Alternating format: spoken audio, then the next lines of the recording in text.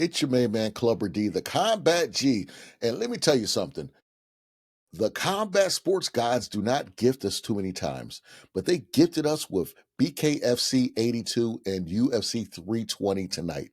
And when I tell you, both events were way above standard. You got standard right here, but they are head and shoulders above what we thought they would be. BKFC had 8 TKOs slash KOs in a row to close out the show.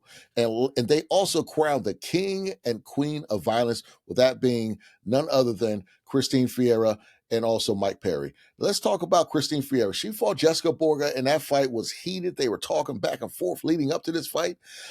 Christine called out Jessica Borg about how many hot dogs she could take in one day, or how she ate so many hot dogs to get to the top. Hey, we're not here to judge about that. We're not here to talk about hog taking or hog whatever.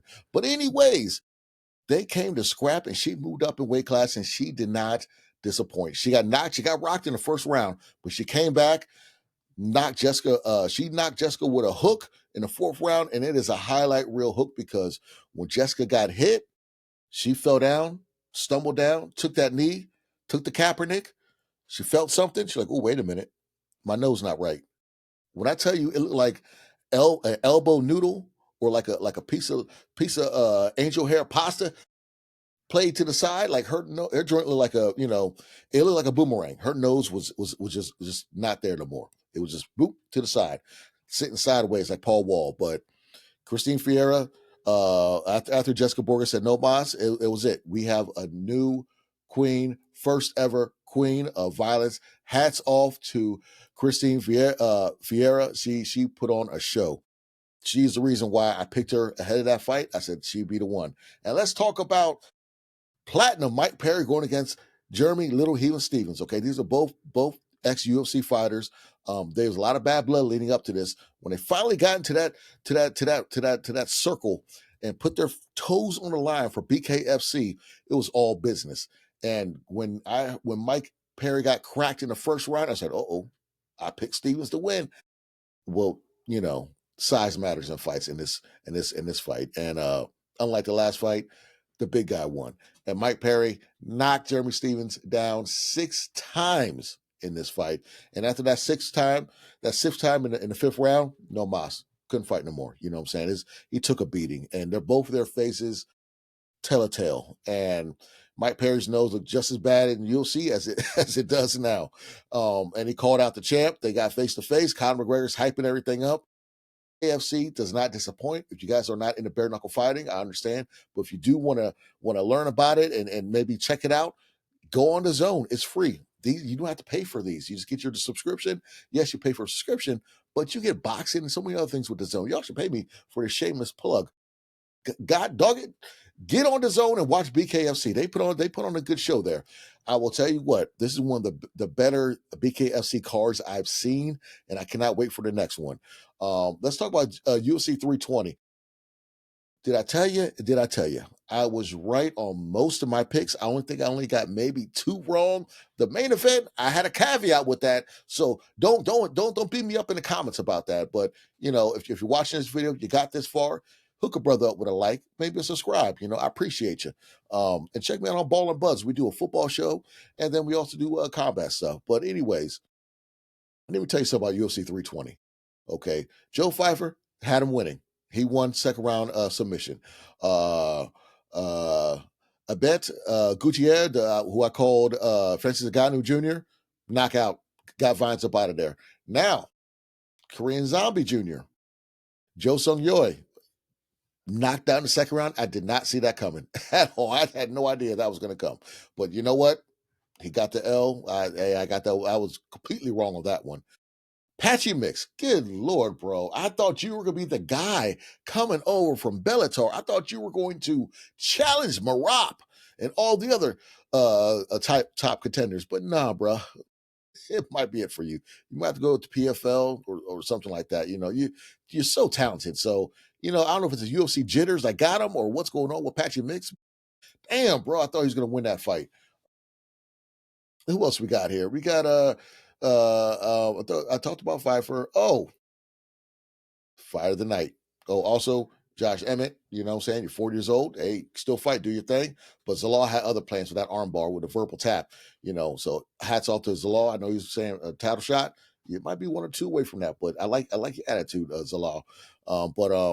You know, I called it. There's a video on my page about this, and on Ball and Buzz, I put it out there that Khalil Roundtree Jr. against Yuri Prochazka will probably be fight of the night, and it did not disappoint.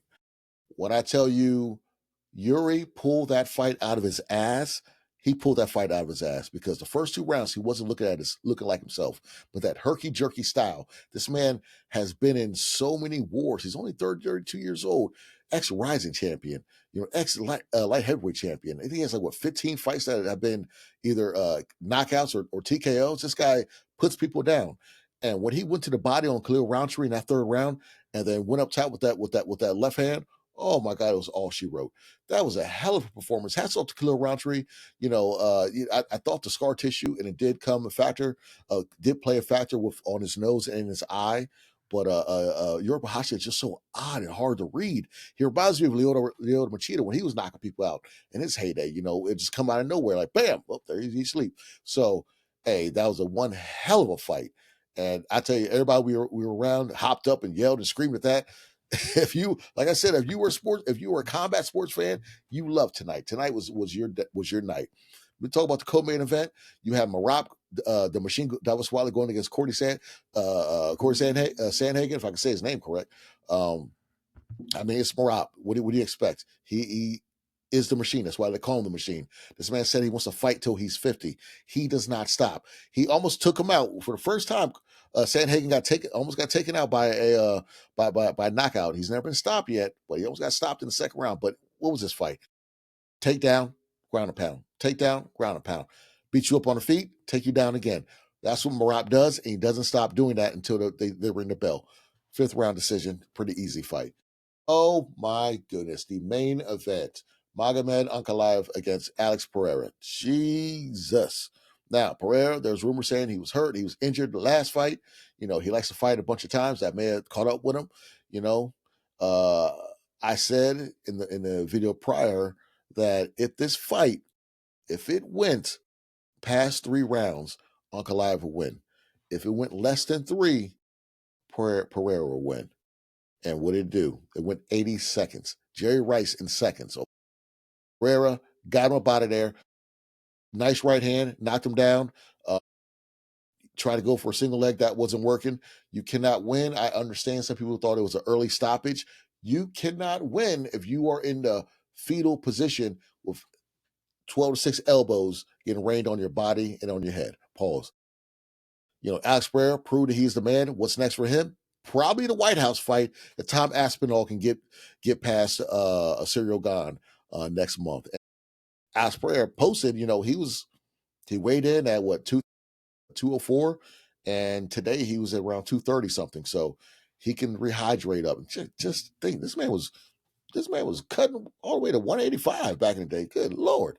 But yeah, man, this was a great night of fighting. If you only caught UFC 320, go on the zone and watch BKFC 82. You will not be disappointed, okay?